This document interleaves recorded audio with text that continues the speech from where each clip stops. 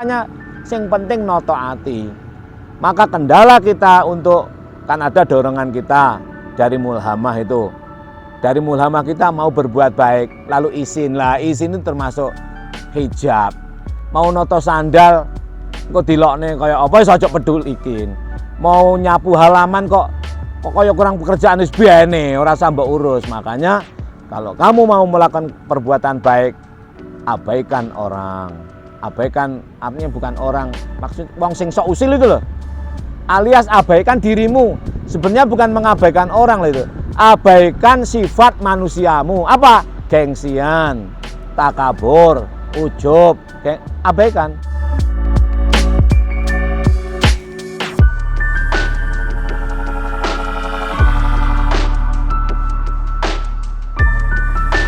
Assalamualaikum warahmatullahi wabarakatuh.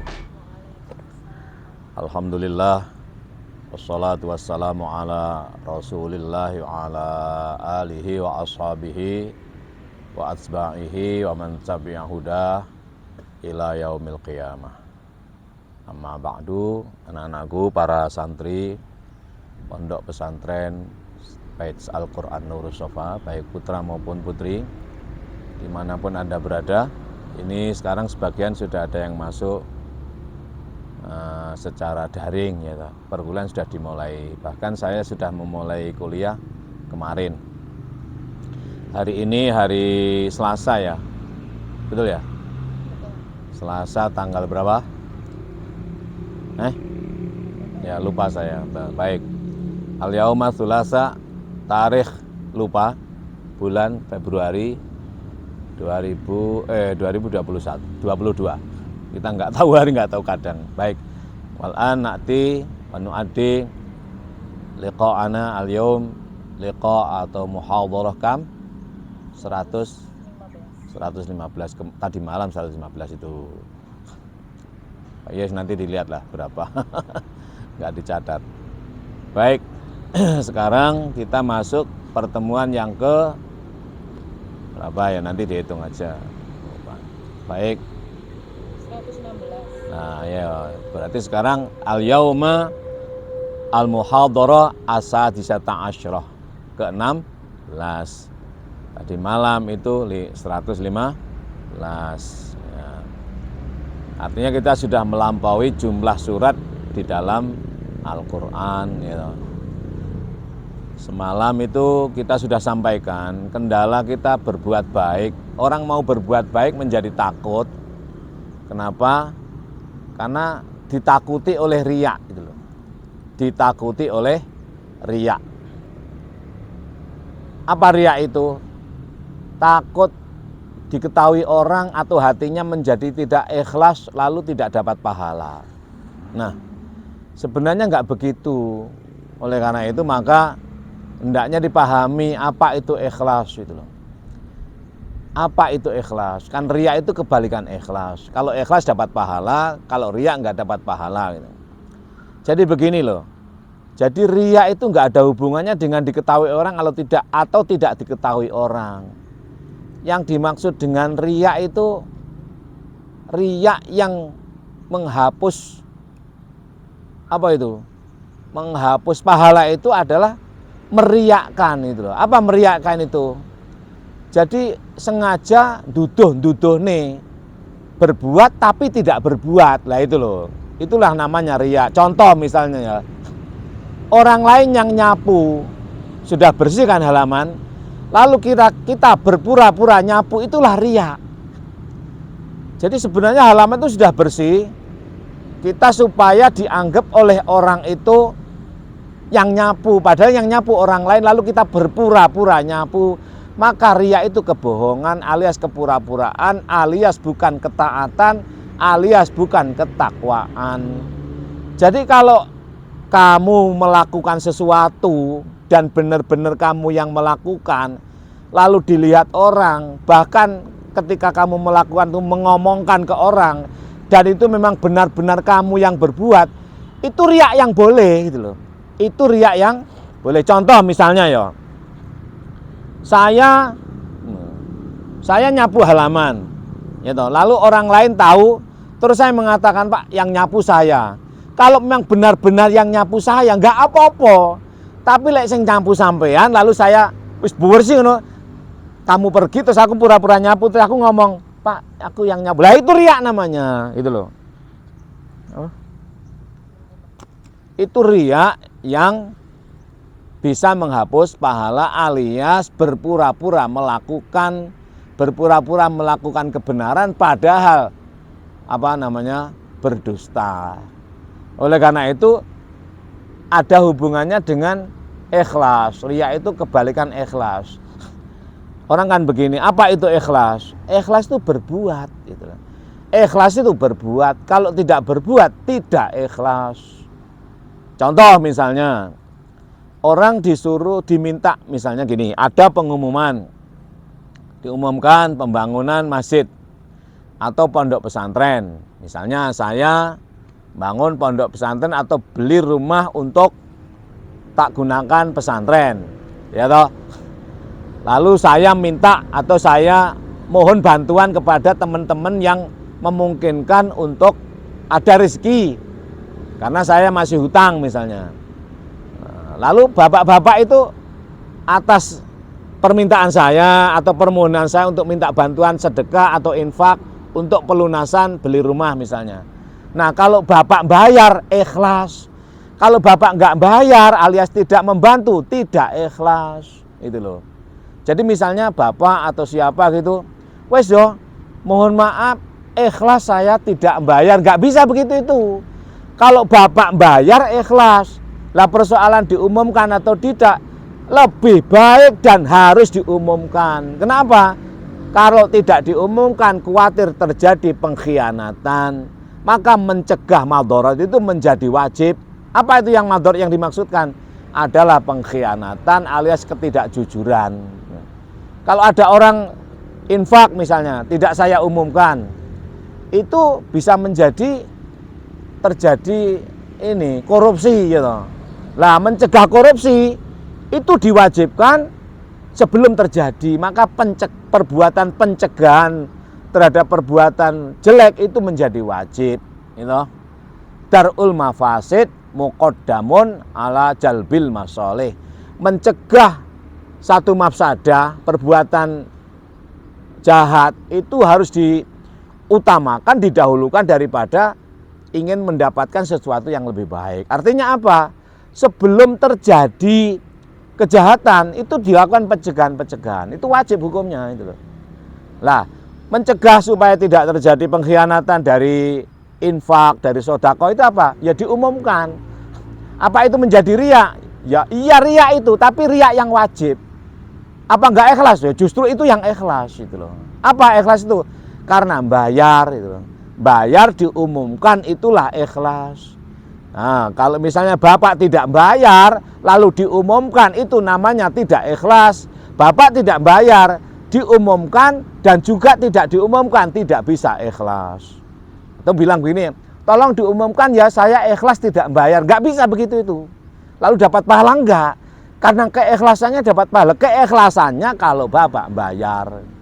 Nah, maka saya katakan, kalau mau berbuat baik, jangan takut dengan dicemooh orang yang tidak ikhlas yang kayak apa ya.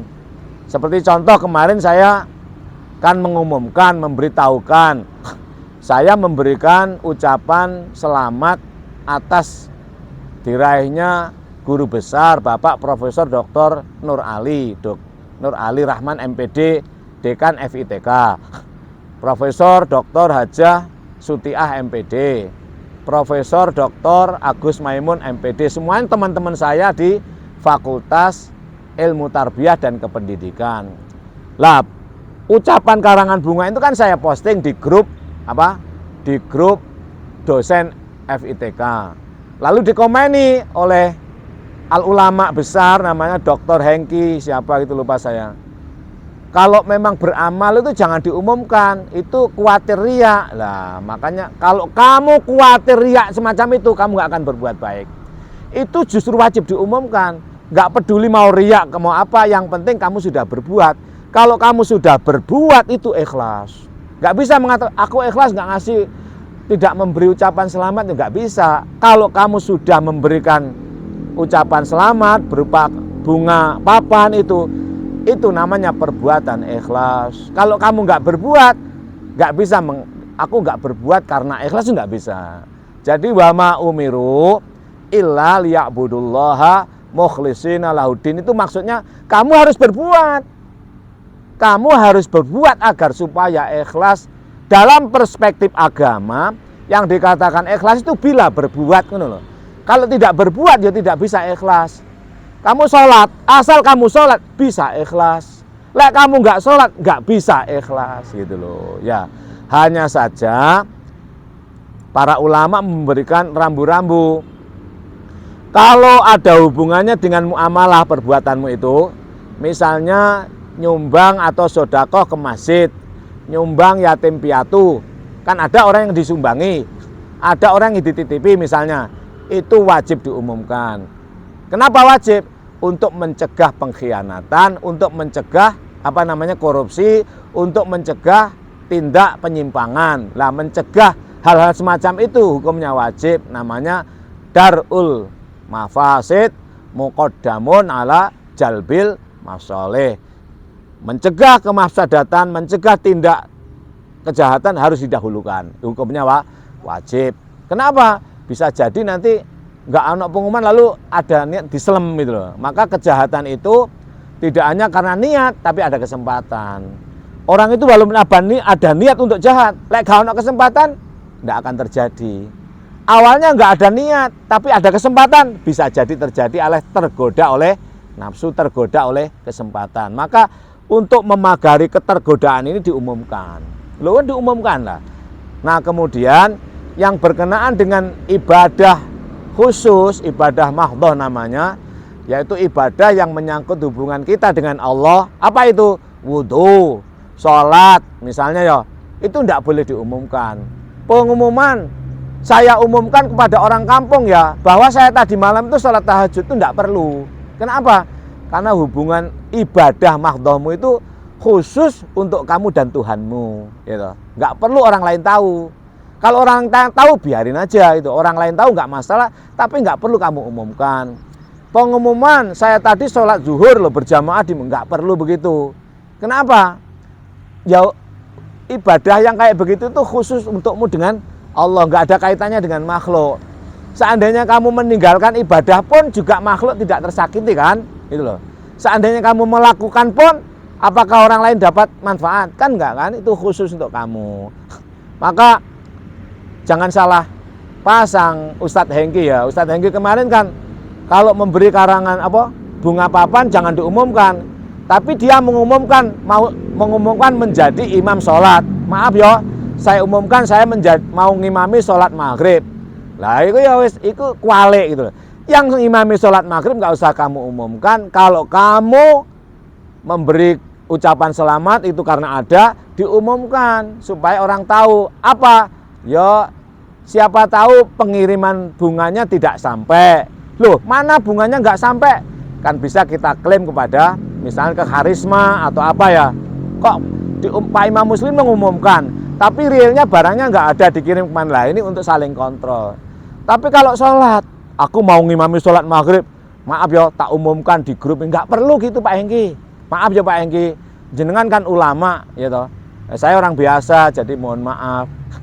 Jadi begitu saya kira, ini nanti saya share di FITK juga, supaya barangkali menjadi bahan perdebatan dalam rangka untuk mencari kejelasan, perdebatan bukan untuk bertengkar ya, untuk supaya diperoleh ketepatan. Karena fikih itu, syariah itu perdebatan, tapi dalam berdebat itu harus dimotivasi keimanan agar supaya mujadalah itu menjadi mujalasah. Dalam zahirnya perdebatan, tapi dimotivasi untuk saling mencari kejelasan, sehingga nggak ada kebencian itu loh, nggak boleh benci. Debat rame nggak apa-apa, tapi batin tetap cinta. Maka syariah saja tidak cukup, jangan syariah, karena syariah itu namanya mujadalah, berdebat. Maka syariah ini harus dimotivasi oleh iman melalui thariqah supaya terjadi rasanya, bentuknya sih sama, ya, cuma rasanya berbeda. Ya. Tetap aja air dengan besi kan berbeda ya. podo saling argumentasi, tapi kalau diisi dengan iman, dengan thariqah, maka yang namanya mujadalah itu akan dimotivasi oleh sifat iman, yaitu kasih sayang, sehingga didapatkan satu formula yang jelas menghasilkan bukan menang-menangan itu loh, alias menghasilkan satu kesadaran. Apa kesadaran itu? Ya kesadaran itu ma'rifah namanya. Kenapa? Karena mujadalah, mujalasah itu akan melahirkan satu hakikat. Apa mujadalah? Mujadalah itu syariah, fikih, ya toh. Mujalasah itu thariqah, iman. Dari fikih, thariqah, iman, dari mujadalah dan mujalasah ini akan mengfaktual pada diri kita, berhakikat, oh iya ya, nyata pada diri saya, nek ngono ngene, ya toh, kan diri, rasa kan, barulah timbul namanya ma'rifah, yaitu kesadaran diri. Wo, lek ngono riya iku ngene, lek ngono ikhlas itu ngene. Jadi ikhlas itu enggak ada kaitannya dengan, kalau masalah yang ada hubungannya dengan muamalah ya enggak ada hubungannya dengan hati. Asal kamu melakukan, diketahui oleh banyak orang, tidak masalah. Diketahui artinya kan, diketahui itu bahasanya riya. Tidak masalah itu. Justru kalau tidak diketahui, bisa jadi tidak ikhlas atau terjadi pengkhianatan. Lah, berbeda dengan urusan ritualistik atau ubudiyat, maka Islam itu ada dua kan? Ajaran kita itu ada dua. Yang pertama adalah al-ibadat. Al-ibadat itu apa? Ibadat itu jumlah ini, urusan kita dengan Allah. Wudu, urusan kita dengan Allah namanya sholat misalnya. Lah, sholat itu urusan kita dengan Allah. Nggak perlu kamu riak-riakkan alias kamu umum-umumkan. Cukup dengan dirimu dengan Allah saja. Tapi yang ada hubungannya dengan muamalah, misalnya nikah, diumumkan. Maka mengumumkan pernikahan itu wajib, gitu. A'linu an-nikah walau bidorbi ghirbalin. Umumkan nikah itu walaupun dengan tanda apa, nutuk kloneng atau apa, menabuh genderang atau apa dan lain sebagainya, ya lah. Kenapa? Karena nikah itu kan melibatkan banyak orang toh. Calon mempelai 2 orang kan berarti ya. Terus ada saksi 2 orang saksi ya toh. Terus ada ijab kabul, ya toh. Terus ada mahar. Maharnya piro? 1 juta misalnya. Lah, kok ternyata mek 500, makanya ada saksi. Hei, aku menyaksikan loh maharnya 1 juta loh. Ternyata mek dikasih 500. Lah, di sini perlunya kontrol. Maka nikah itu bisa masuk muamalah dan bisa masuk ibadat, ritual atau mahdhah. Kenapa? Karena melibatkan orang lain. Nah, lalu kemudian misalnya infak, sedekah. Lah, ini melibatkan orang lain, wajib diumumkan. Kalau tidak diumumkan, itu bisa menjadi tidak ikhlas. Kenapa? Bisa terjadi pengkhianatan, bisa terjadi pelanggaran. Nah, makanya kalau infak diumumkan, jelas berapanya, diterima oleh siapa. Sebutkan namanya, nggak usah dari hamba Allah, nggak usah, nggak jelas itu. Sebutkan namanya. Dapat uang dari Bapak siapa? Bapak Abdullah, bukan hamba Allah maksudnya. Bapak Abdullah Al-Karim misalnya. Abdullah sing Al-Karim. Bukan Abdullah yang apa? Kalau namanya Abdullah kan mesti Karim. Karena ada Abdullah itu yang pelit itu. Pengumuman ada infak sedekah dari Abdullah Al-Pelitu, uang 1 rupiah lah. Ini Abdullah, duduk Abdullah itu lebih cenderung bernama Syekh Pelitu ya. Pelitu itu maksudnya pelit maksudnya ya. Maksudnya pelit. Mohon maaf ya. Bukan itu. Jadi maksudnya Pelitu itu Al-Pelitu itu Al-Pelitu artinya wong sing pelit, pelit, medhit, lah wong jenengan kan mosok Rp1 paling ora kan yo berapa 50.000 diumumkan supaya yang nerima itu bisa dikontrol oleh publik, dicatat gitu. Nah, sebaliknya, lah kemudian kalau haji gimana? Lah haji kan melibatkan orang lain sekarang. Diketahui orang lain nggak apa-apa, udah bayar belum? Haji bayar nggak? Bayar kan? Belum bayar, kan ada yang terima bayar, ada buktinya. Diumumkan, nggak apa-apa. Makanya yang penting noto hati. Maka kendala kita untuk, kan ada dorongan kita dari mulhamah itu. Dari mulhamah kita mau berbuat baik, lalu izin lah. Izin itu termasuk hijab. Mau noto sandal, Engko dilokne kaya apa wis aja pedulikin. Mau nyapu halaman kok kaya kurang pekerjaan wis biene, ora usah mbok urus. Makanya kalau kamu mau melakukan perbuatan baik, abaikan orang. Abaikan artinya bukan orang, maksud wong sing sok usil itu loh. Alias abaikan dirimu. Sebenarnya bukan mengabaikan orang loh itu. Abaikan sifat manusiamu. Apa? Gengsian, takabur, ujub, abaikan. Ini mesti ini sayang. Jadi kendala kita mau melakukan perbuatan baik atas dorongan mulhamah. Mulhamah itu kerentek hati untuk melakukan kebaikan. Namanya mulhamah kan, diilhami, ayo iku lho nyapu. Terus ono namanya nafsu khotor jenenge. Yang mengkhotori, yang mengkhotiri. Ada yang mengkhotiri mulhamah itu apa? Gengsi. Ujub takabur. Ujub itu apa? Loh aku ki lho rektor, aku ki lho ulama, aku ki lho ustadz, itu ujub.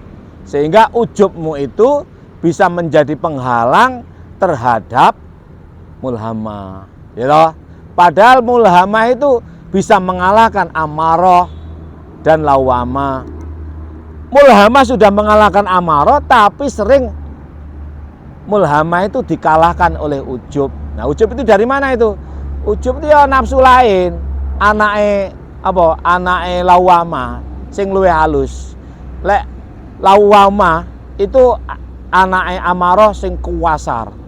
Nah, terus lawamah duwe anak sing luwih halus. Ya. Jadi wong amarah bisu itu kan kasar. Duwe anak kuwasar jenenge lawamah. Lawamah duwe anak jenenge walus. Apa jenenge ujub? Apa ujub itu? Bangga diri itu loh. Ujub itu bangga diri. Wah, aku ki lho ngene, aku lho menguasai ngene. Lho iki apa gak oleh mending ngono? Apa gak oleh wong bangga diri? Oleh lek mbok dampingi dengan syukur. Maka ngene lho ya.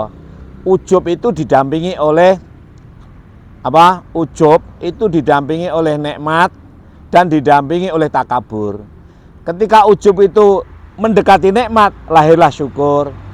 Ketika ujub itu berdampingan dengan takabur, lahirlah apa namanya? Mutakabir, ngono lho ya. Pahamin ya. Nah, ini makanya kudu pinter-pinter memanage diri. Makanya yang tahu begitu itu yang tahu siapa. Dalam diri kita ini kan kalau menurut ilmu thariqah itu kan ada kabel-kabel ya bahasanya itu. Apa ya? Kabel itu penghubung. Kabel itu bahasa Arab, hablun, apa? Hablun, penghubung. Penghubung antara latifah dengan latifatus sirri, penghubung antara akhfa dengan sirrul akhfa, penghubung antara latifah dengan kolbu, penghubung antara latifah dengan lub, penghubung antara latifah dengan mukhu, penghubung latifah dengan adamu, darah. Semua ada penghubung-penghubung. Kayak apa ya? Komponen apa tip ya? Tip itu kalau dibuka kan ono macam-macam itu. Nah, ikilah antar satu kabel dengan yang lainnya itu gesekan, iku iso kacau, kita menjadi gundah gulana. Mesti ini iku syukur, ya toh ujub ini harus berdekatan dengan nikmat sehingga lahirlah tabligh kejujuran, lalu menuju sifat mahmudah namanya syukur. Ekspresinya sama, rasanya yang berbeda itu loh. Jadi orang syukur dengan takabur itu mirip mutakabir dengan mutasyakir, ya toh. Syukur dengan takabur itu podo ekspresinya, rasanya yang berbeda. Orang kalau mutakabir didorong oleh ujub, mutakabir murni itu gundah gulana. Tapi kalau ujub berdampingan dengan nikmat lalu melahirkan syukur, itu bahagia, itu enak. Nah, makanya pandai-pandailah memanage diri. Nah, ini yang paling tahu hal begini itu mursyid thariqah. Orang yang bisa ya paling tidak kalau kita belum bermursyid thariqah ya tahulah, oh alah, itu bisa dirasakan kok. Neng sing ahli ngono ki ahli ngelas ya bahasane. Ahli apa itu? Nyoder. Oh iki kabel titik nyang rene mangkane isine susah ngeluh. Lah iki dandani suwe. Dandani ngene iki suwe. Yang paling cepet itu ya biasanya mursyid thariqah. Kan ada itu anak misalnya Abi ya atau Bunyai ya, kan punya santri dengan berbagai karakter yang beda-beda itu. Ono santri ki sing isine ngeluh dan sebagainya. Lah ini jangan serta-merta ekspresi zahirnya itu disalahkan. Kenapa lo anak ini ada yang sakit, kabelnya penghubung antara ri'ah kolbul lub dan fuad misalnya, kan ada kolbu lapisan luar itu namanya kolbu. Kolbu itu cik mulak malik, maka disebut kolbun, ingkolaba yang kolibu, durung anteng. Jero titik namanya lubun, lub rada halus. Jero mana jenenge fuadun, lebih halus lagi. Jero mana jenenge ana mana jenenge apa? Sakofun. Sakofun lebih lembut lagi. Jero mana ana jenenge latifun. Latifun. Jero mana latifatul akhfa. Jero mana ana akhfa. Mana latifatul akhfa. Baru paling ujung jenenge ana, ya toh. Paling jero lubul lub, jero paling jero, ya toh. Paling jero itu ana, enggak bernama. Jadi orang Jawa nyebutnya ingsun. Lah itulah sebenarnya diri kita. Diri kita itulah yang bisa langsung berkomunikasi, bisa langsung habel itu nyambung kepada Allah lewat Rasulullah.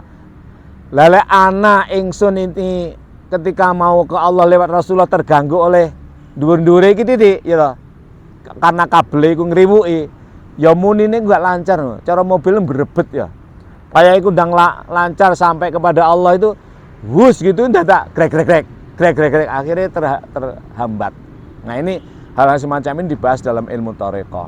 Maka kita berpikir itu ya gitulah artinya tetap 4 itu. Apa itu? Syariah, thariqah, hakikat, ma'rifah, Islam, iman, ihsan, iqon, ya toh. Islam itu al-a'mal az-zawahir, ya toh. Thariqah iman itu batin, ihsan itu sajian. Sajian baik itu kenapa kok harus baik? Ya karena adanya keyakinan. Apa yakin itu? Yakin bahwa bagaimanapun, seperti apapun, siapapun, kayak apapun itu Allah itu loh. Yakin itu Allah itu wa'bud rabbaka hatta ya'tiyakal yakin lah. 4 hal ini tidak bisa pisah. Maka nggak mungkin orang berhakikat itu meninggalkan syariah. Kenapa? Karena kita ini berhakikat itu apa tuh hakikat itu? Kemarin kan saya contohkan nikmate berbaju. Ketok enggak itu? Oh, enak baju gitu dipakai. Enak itu ketok apa ora? Lah enak itu hakikat, ya toh. Loh, berarti hakikat itu ada dalam baju kan? Baju itu syariah. Carane gawe baju thariqah. Bajunya ini syariah, carane gawe baju thariqah. Dampak dari baju namanya hakikat. Nah, kalau sudah begitu mampu menemukan hakikat, baru timbul ma'rifah. Enak, neng enakku itu ya kangge aku, belum tentu enak kangge sampean. Kenapa? Karena syariah baju saya ini L ukurannya, misalnya kayaknya yang begini, lah jenengan mungkin M, ya toh. Nah, M walaupun thariqahnya sama, ukurannya berbeda, ya toh. Maka berhakikat itu diri-diri. Yang penting lahirlah namanya ma'rifah, orangnya disebut dengan arif, bijaksana. Gitu. Udah berapa menit, Bang? 28. Oh ya. Saya kira begitu pertemuan kali ini pada yang ke-116. Jadi saya pertegaskan, tidak mungkin orang meninggalkan syariah. Orang berhakikat untuk meninggalkan syariah berarti belum paham dan belum ngerti apa itu syariah, apa itu thariqah, apa itu hakikat, apa itu ma'rifah. Kalau sudah ngerti, ya udah itu satu totalitas kok. Maka ada syariatul thariqah, ada syariatul hakikat, ada syariatul ma'rifah, ada thariqatul syariah, ada thariqatul hakikat, ada thariqatul ma'rifah, ada hakikatul syariah, ada hakikat thariqah, ada hakikatul ma'rifah, ada ma'rifatul syariah, ada ma'rifatul thariqah, ada ma'rifatul hakikat dan lain sebagainya gitu-gitu. Ada ma'rifatul hakikiyati, ada hakikatul hakikiyati, ada syariatus syariah, ada syariatus syariatit thariqah, ada syariatus syariatit thariqatul hakikatul ma'rifah. Wiku sampai dibahas detail. Ada syariatus syariatit thariqah, ya toh. Ada syariatus syariatil, ada syariatus syariatit thariqatul hakikatil ma'rifah. Itu digabung, ya toh. Jenenge soto misalnya, ya toh. Coba, soto ki sing ndi sih kok diarani soto? Lho padahal sing nang kene ku lho ana apa?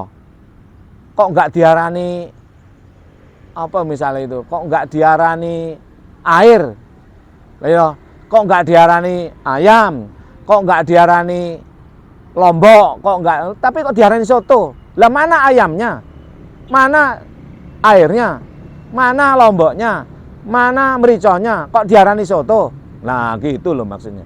Nah soto itu sudah formula baru, namanya tadi. Maka jangan hanya bayan, ayo ma'ani ben badi. Bentuknya apa? Mantik. Nah di dalam kok mantik? Kok mantik itu apa? Omongan. Maka bayan itu zahir, ma'ani itu batin, ya toh. Badi itu konstruksi baru. Maka jangan hanya realitas, tapi juga subjektivitas, tapi juga faktualitas. Realitas itu objektif, gitu. Nah, subjek itu fakta. Ayo yang realitas itu objek itu benar, difaktualisasi oleh diri kita, kebenaran supaya tepat. Untuk apa? Untuk dikonstruksi baru, gitu loh. Ini hilang.